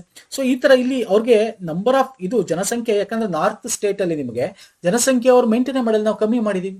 ಸೊ ಈ ತರ ಮಾಡಿಬೇಡ್ರೆ ನಮಗೆ ಲಾಸ್ ಆಗುತ್ತೆ, ಎಸ್ಪೆಷಲಿ ಸೌತ್ ಅಲ್ಲಿ ಇರ್ತಕ್ಕಂಥವ್ರು ಲಾಸ್ ಆಗುತ್ತೆ ಅಂತ. ಯಾಕಂದ್ರೆ ಸೌತ್ ಅಲ್ಲಿ ಬಿಜೆಪಿ ಇಲ್ಲವೇ ಇಲ್ಲ, ಕರ್ನಾಟಕದಲ್ಲಿ ಬಿಟ್ರೆ. ಓಕೆ, ಬೇಸೇ ಇಲ್ಲ ನಿಮಗೆ ಅಲ್ವಾ ಸರ್ ಸೌತ್ ಅಲ್ಲಿ. ಸೊ ಹಂಗಾಗಿ ಸೌತ್ ಲಾಸ್ ಆದ್ರೆ ಇಲ್ಲಿ ನಾರ್ತ್ ಅಲ್ಲಿ ಜಾಸ್ತಿ ಬಂದ್ರೆ ಬಿಜೆಪಿ ಎನಿ ಟೈಮ್ ಅಧಿಕಾರ ಇರ್ಬೋದು ಅನ್ನೋದು ಒಂದು ಕನ್ಕ್ಲೂಷನ್ ಇತ್ತು ಅಲ್ಲಿ. ಓಕೆ, ಡಿಸ್ಕಷನ್ ನಡೀತಾ ಇತ್ತು. ಹಾಗಾಗಿ ಇದನ್ನ ಸೋತಾಯ್ತು. ಓಕೆ, ಅಂದ್ರೆ ಇಲ್ಲಿ ಏನ್ ಕೇಳ್ತಾ ಇದ್ರೆ, ಇವನ್ ನಮ್ಮ ಕರ್ನಾಟಕದ ಆಗಿರ್ಬೋದು, ತಮಿಳುನಾಡು ಆಗಿರ್ಬೋದು, ಕೇರಳ ಆಗಿರ್ಬೋದು ಅಪೋಸ್ ಮಾಡಿದ್ರು ಎಲ್ಲ ಮುಖ್ಯಮಂತ್ರಿಗಳು. ಆಗಿನ ಸಿದ್ದರಾಮಯ್ಯ ಆಗಿರ್ಬೋದು, ಆಗಿನ ಒಂದು ಸ್ಟಾಲಿನ್ ಆಗಿರ್ಬೋದು. ಯಾಕೆ ಅಂತಂದ್ರೆ ಹೆಂಗ್ ರೈಸ್ ಮಾಡ್ಬೇಕು ಇದನ್ನ ಅಂದ್ರೆ ಎಲ್ಲಾ ರಾಜ್ಯಗಳಿಗೂ 50% ರೈಸ್ ಮಾಡಿ, ಜನಸಂಖ್ಯೆ ಮಾಡ್ಬಿಡಿ. ನಾವು ವರ್ಕ್ ಮಾಡಿದ್ವಿ, ಜನಸಂಖ್ಯೆ ಕಮ್ಮಿ ಮಾಡಿದೀವಿ, ನೀವು ವರ್ಕ್ ಮಾಡಿಲ್ಲ, ಮಕ್ಳು ಹುಡಿಸ್ಕೊಂಡಿದ್ರ, ಜನಸಂಖ್ಯೆ ಜಾಸ್ತಿ ಮಾಡ್ಕೊಂಡಿದ್ರ, ಅದು ನಾವು ತಪ್ಪಾ ಅಂತ ಅರ್ಥ ಆಗ್ತಿದಿಲ್ಲ. ಇಲ್ಲಿ ನೋಡಿ ಪರ್ಸೆಂಟೇಜು ಸೌತ್ ಸ್ಟೇಟ್ಗೆ ಬೆಸ್ಟ್ 33% ಮಾತ್ರ ಇನ್ಕ್ರೀಸ್. ನಾರ್ತ್ ಸ್ಟೇಟ್ ನೋಡಿ, ಹಿಂದಿ ಸ್ಟೇಟ್ಸ್ಗಳಿಗೆ ತುಂಬಾ ಜಾಸ್ತಿ ಇನ್ಕ್ರೀಸ್ ಆಗುತ್ತೆ. ಈ ಸ್ಟೇಟ್ಗೆ ನೋಡಿ ಎಷ್ಟು ಇನ್ಕ್ರೀಸ್ ಆಗುತ್ತೆ, ಹಿಂದಿ ಹಾರ್ಟ್ಲ್ಯಾಂಡ್ಗೆ ನೋಡಿ ಎಷ್ಟು ಇನ್ಕ್ರೀಸ್ ಆಗುತ್ತೆ. ಸೊ ಇದು ಬೇಡ ಅಂತ ಹೇಳಿ ಮಾಡಿರತಕ್ಕಂಥದ್ದು. ಕೇಳ್ತಾ ಇರೋದೇನು ಸೌತ್ ಅವರು 50% ಈಕ್ವಲ್ ಆಗಿ ಎಲ್ಲಾ ಸ್ಟೇಟ್ ಅಲ್ಲಿ ಏನಿದೆ ಅದನ್ನ ರೈಸ್ ಮಾಡಿ ಅಂತಕ್ಕಂಥದ್ದು. ಓಕೆ, ಅದನ್ನೇ ನೋಡಿ, ರಾಜ್ಯಗಳ ನಡುವಿನ ಜನಸಂಖ್ಯೆ ಅಸಮಾನತೆ ಪ್ರಮುಖವಾಗಿ ಅಡಚಣೆ ಆಗಿದೆ. ಹಾಗಾಗಿ 50% ನ ಎಲ್ಲಾ ಸೈಟ್ಗಳು ರೈಸ್ ಮಾಡಿ ಜಾಸ್ತಿ ಮಾಡಿ. ಆಕ್ಚುಲಿ ಹೇಳ್ತಾ ಇರೋದು 2011 ಯಾಕೆ 2026 ಜನಗಣತಿ 26-27 ಜನಗಣತಿ ಆಗುತ್ತೆ 27 ಅದ್ರ ಬೇಸಿಸ್ ಅಲ್ಲಿ ಮಾಡಿ ಅಂತ. ಓಕೆ, ಸೊ ಹಂಗಾಗಿ ಫೇಲ್ ಆಯ್ತು ಸ್ನೇಹಿತರೆ. ಈಗ ವುಮೆನ್ ರಿಸರ್ವೇಶನ್ ಬೇಕಾ ಅಂತ ಎಕ್ಸಾಮ್ ಅಲ್ಲಿ ಮೈನ್ಸ್ ಅಲ್ಲಿ ಕೇಳ್ಬಿಡ್ತಾರೆ, ಏನ್ ಮಾಡ್ತೀರಾ? ಈಗ ಅಟ್ ಪ್ರೆಸೆಂಟ್ ನಿಮ್ಗೆ 18ನೇ ಲೋಕಸಭಾ ಇದೆ. ಲೋಕಸಭಾ ಈಗ ಆಡಳಿತ ಲೋಕಸಭೆ. ಓಕೆ, ಅದ್ರಲ್ಲಿ ಎಷ್ಟು ಜನ MP ಇದ್ದಾರೆ ಮಹಿಳೆಯರು? 74 ಜನ ಇದ್ದಾರೆ. ಆಲ್ಮೋಸ್ಟ್ 14% ಇದ್ದಾರೆ. ನೀವು 33% ಇದೆಲ್ಲ ನೋಡಿ ಇನ್ಕ್ರೀಸ್ ಆಗ್ತಾನೆ ಹೋಗಿದೆ. ಇಯರ್ 18 ಇನ್ಕ್ರೀಸ್ ಆಗ್ತಾನೆ ಹೋಗ್ತದೆ. ಅಂದ್ರೆ ಇಲ್ಲಿ ನೀವು ಪಕ್ಷಗಳು ನೀವು ನ್ಯಾಯಯುತವಾಗಿ ನಿಮಗೆ ಒಂದು ಇದಿರಬೇಕು. ಓಕೆ, ಆ ಮೈಂಡ್ ಸೆಟ್ ನೀವು ಕೊಡಬೇಕು. ಅದು ಆಕ್ಚುಲಿ ಇದಕ್ಕೆ ರಿಸರ್ವೇಶನ್ ತರಬೇಕು ಅಂತಿರಲಿಲ್ಲ, ಬಟ್ ಫೈನ್, ಯಾರು ಕೊಡ್ತಾ ಇಲ್ಲ, ಹಾಗಾಗಿ ತಂದಿರ್ತಕ್ಕಂಥದ್ದು.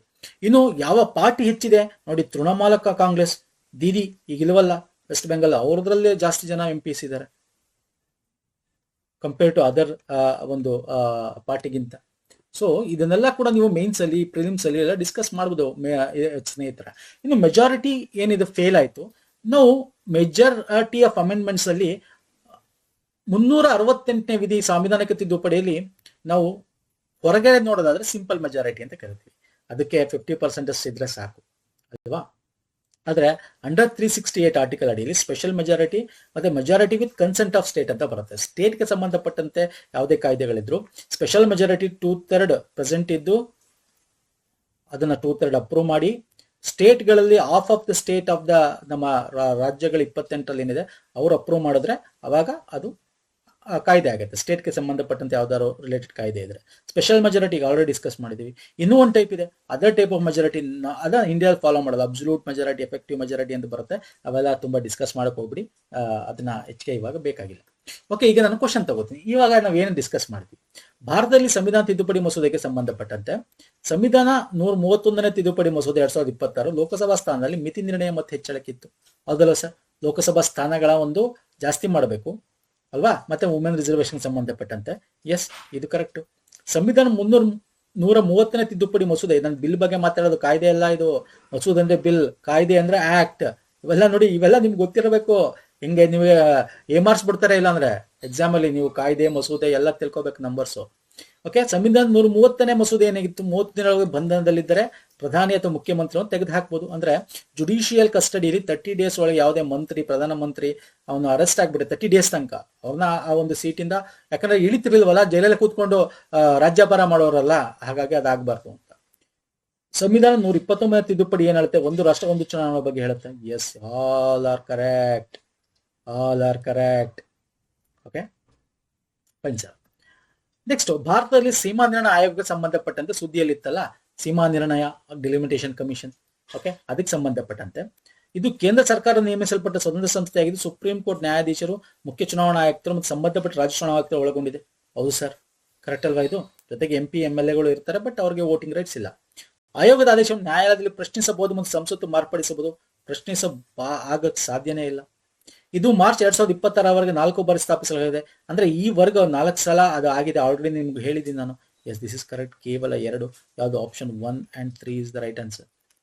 ಅಲ್ಲ ಸರ್, ಯಾವಾಗ? 1952, 63, 73, 2002. ನೋಡಿ, ಇವೆಲ್ಲ ಸುದ್ದಿಯಲ್ಲಿ ಇದ್ದೇವೆ. ಯಾವ್ದು ಬೇಕಾದ್ರೆ ಕ್ವಶನ್ಸ್ ಕೇಳ್ಬಿಡ್ಬೋದು ನಿಮ್ಗೆ. ಹಿಂಗೇನೆ ಲಾಸ್ಟ್ ಟೈಮ್ 2024 ಯಾಕೆ ಡಿಫಿಕಲ್ಟಿ, ಪೇಪರ್ ಲೆವೆಲ್ ಹೆಂಗಿತ್ತು ನಿಮಗೆ ಅಲ್ವಾ ಸರ್? ಎಲ್ಲಿಂದ ತೆಗ್ದೆ ಎಲ್ಲಿಂದನೂ ಇಲ್ಲ. ನೀವು ಹೆಂಗ್ ಓದ್ತೀರಾ ಡೀಪ್ ಆಗಿ ಅನ್ನೋದ್ರ ಮೇಲೆ ಡಿಪೆಂಡ್ ಅಷ್ಟೇ. ಇದನ್ನೆಲ್ಲ ನಿಮಗೆ ಮೇನ್ಸಲ್ಲೂ ಬರುತ್ತೆ, ಮೇನ್ಸ್ಗೂ ಕೂಡ ನೀವು ಯೂಸ್ ಮಾಡ್ಕೋಬಹುದು. ಓಕೆ, ಇನ್ನೊಂದು ಸಂವಿಧಾನ ತಿದ್ದುಪಡಿಗೆ ಬಂದ್ಬಿಡ್ತೀನಿ. ಈಗ ಅಮೆಂಡ್ಮೆಂಟ್ ಬಗ್ಗೆ ತಾನೇ ನಾವು ಈಗ ನೋಡಿರಾ ಹೆಂಗ್ ಕ್ವಶನ್ ತೆಗಿಬಹುದು ಅಂತ. ಸಂವಿಧಾನಿಕ ತಿದ್ದುಪಡಿ ಮಸೂದೆಯನ್ನು ಮಂಡಿಸುವ ಮೊದಲು ಭಾರತ ರಾಷ್ಟ್ರಪತಿಗಳ ಪೂರ್ವಾನುಮತಿ ಅಗತ್ಯವಿದೆ. ಭಾರತ ರಾಷ್ಟ್ರಪತಿಗಳು ಸಾಂವಿಧಾನಿಕ ತಿದ್ದುಪಡಿ ಮಸೂದೆ ಮಂಡಿಸಿದ ನಂತರ ಅದಕ್ಕೆ ಒಪ್ಪಿಗೆ ನೀಡಲು ಬದ್ಧರಾಗಿರುತ್ತಾರೆ. ನೋಡಿ, ಫಸ್ಟ್ ಆಪ್ಷನ್ ನೋಡಿ ಸ್ನೇಹಿತರೆ, ಪೂರ್ವಾನುಮತಿ ಬೇಕಾ? ಯಾವುದೋ ಕಾನ್ಸ್ಟಿಟ್ಯೂಷನಲ್ ಬಿಲ್ಗೆ ಬೇಕಾಗಿಲ್ಲ, ಓನ್ಲಿ ಫೈನಾನ್ಸ್ ಬಿಲ್ಗೆ ಮಾತ್ರ ಬೇಕು ಅಲ್ವಾ ಸರ್? ದಿಸ್ ಇಸ್ ರಾಂಗ್ ಆಯ್ತು. ಹೌದು, ಸಂವಿಧಾನ ತಿದ್ದುಪಡಿ ಮಸೂದೆ ಅಂದ ತಕ್ಷಣ ರಾಷ್ಟ್ರಪತಿ ಹಾಕ್ಲೇಬೇಕು ಸಿಗ್ನೇಚರ್. This is correct. ಅಂತಹ ಮಸೂದೆ ಲೋಕಸಭೆ ರಾಜ್ಯಸಭೆ 2 ವಿಶೇಷ ಬಹುಮತ ಅಂಗೀಕರಿಸಬೇಕು. ಜಂಟಿ ಸಭೆಗೆ ಯಾವುದೇ ಅವಕಾಶವಿಲ್ಲ. Yes, this is correct. ಇದೊಂದೇ ನಿಮಗೆ ರಾಜ್ಯಸಭೆಗೆ ಲೋಕಸಭೆಯಷ್ಟು ಅಧಿಕಾರ ಇರ್ತಕ್ಕಂಥ ಒಂದು ಬಿಲ್ ಪಾಸ್ ಮಾಡಕ್ಕೆ ಅಲ್ವಾ? ಹಾಗಾಗಿ option 2 and 3 is the right answer. Okay, ಅರ್ಥ ಆಗಿದೆ ಅನ್ಕೋತೀನಿ.